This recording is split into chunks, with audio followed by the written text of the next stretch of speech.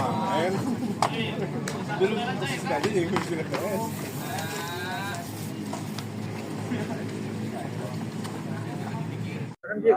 Christopher, gimana evaluasi setelah Piala AFF U17 kan? Coach Kurniawan dan menuju Piala Asia U17.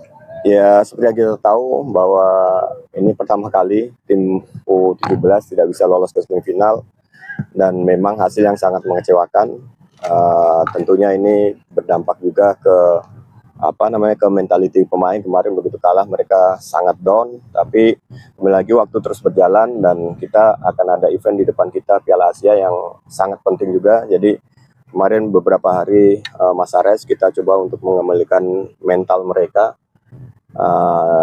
Jadi behind tim kita bekerja sangat keras, baik official dan psikolog, karena itu sangat penting untuk bisa menjalankan dan menjadi planning kita. Dan untuk persiapan sendiri kita coba beberapa hari ini untuk melakukan tim taktikal, karena kita tahu lawan di Piala Asia punya game plan yang berbeda-beda. Jadi kita benar-benar pengen menerapkan kontra taktikal melawan mereka, kemudian pemain mana yang sekiranya pas untuk taktikal tersebut.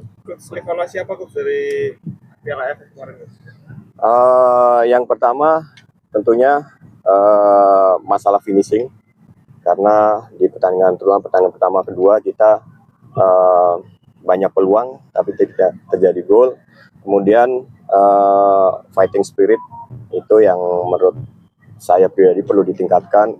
Ketika game plan kita tidak jalan, contoh lawan Malaysia, kita ketinggalan 1-0, terus kita bermain lebih ke pengen cepat untuk menyamakan, sementara kita di saat lawan tim melakukan low block kita harus lebih sabar, cari peluang untuk ke depan, dan ini menjadi evaluasi juga lah. Untuk hari ini ada jumlah pemain total ada berapa yang ikut latihan, sama nanti ada yang nyusul lagi nggak langsung ke Arab gitu? Hari ini ada 26 pemain, terus nanti yang ke Arab kita ada 3 pemain, ada Mike, ada Noha, dan Matt Baker. Dan dari 26 ini karena slot di Piala Asia itu hanya 23, akan dipulangkan 6 pemain. Berarti yang 3 pemain di sana langsung yang masuk?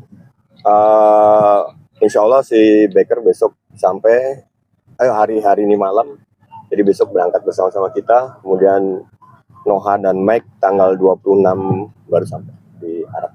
Bagaimana persaingan di Piala Asia nanti buat melihat?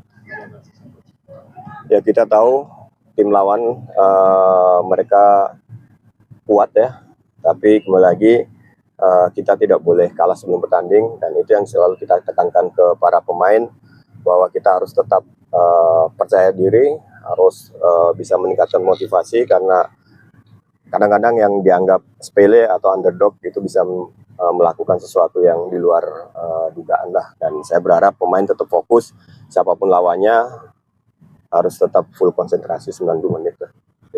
Bagaimana Coach melihat peluang kita di penyisian grup Piala Asia, dan 2 teratas itu kan juga akan lolos ke Piala Dunia U17?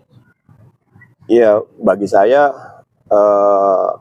setiap saat di event apapun, baik sebagai sebagai pemain maupun pelatih, selagi kita belum melakukan start pertandingan, semua tim punya peluang yang sama gitu kan.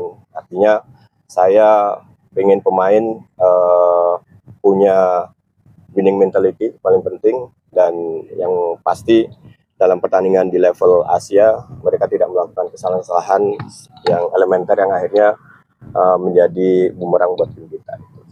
Kemarin Coach di Gresik sempat bilang ingin membawa gelar juara, karena waktu dulu sebagai pemain kan belum menyumbang juara, tapi akhirnya gagal. Sekarang Piala Asia mungkin target pribadi dari Coach sendiri apa? Ya, kalau target pribadi pasti pengen meloloskan Indonesia ke Piala Dunia. Tapi kembali lagi, kalau ini kan permainan sepak bola gitu kan, artinya segala kemungkinan sebelum terlaksana semua masih 50-50. Jadi yang dapat kita lakukan ya berusaha mempersiapkan tim dengan baik. Semoga apa yang kita rencanakan bisa berjalan dengan baik. Tadi terlihat Mirza sama beberapa pemain latihan terpisah, kondisinya gimana Pak? Ya, Mirza memang hamstring ya. Terus kita mau diskusi malam ini dengan tim medis juga, finalisasi terkait kondisi terakhir dia. Kalau memang tidak bisa bermain, kita tidak akan paksakan karena memang hamstring dia saya rasa lumayan parah. Jadi kita tetap memikirkan masa depan Mirza karena perjalanan karir dia masih panjang. Jadi finalisasinya nanti malam kita akan menentukan 20 pemain yang akan berangkat ke Arab. Coach, kemarin sempat ada terjadi kasus kekerasan di EPA 20 ya Coach, ya. Dilakukan salah satunya oleh pemain jebolan timnas 17. Coach, berkaca dari kasus itu bagaimana Coach mengingatkan para pemain untuk menjaga emosi di lapangan? Ya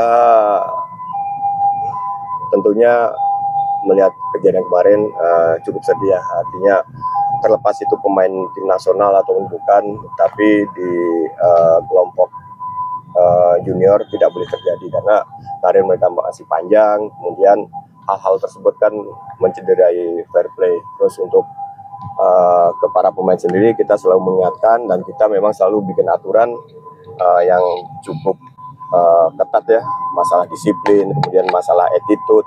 Kemudian yang paling penting adalah ada bagaimana mereka respect kepada antar pemain, pada official dan orang-orang sekitar. Kita tekankan itu ke para pemain kita. Oke.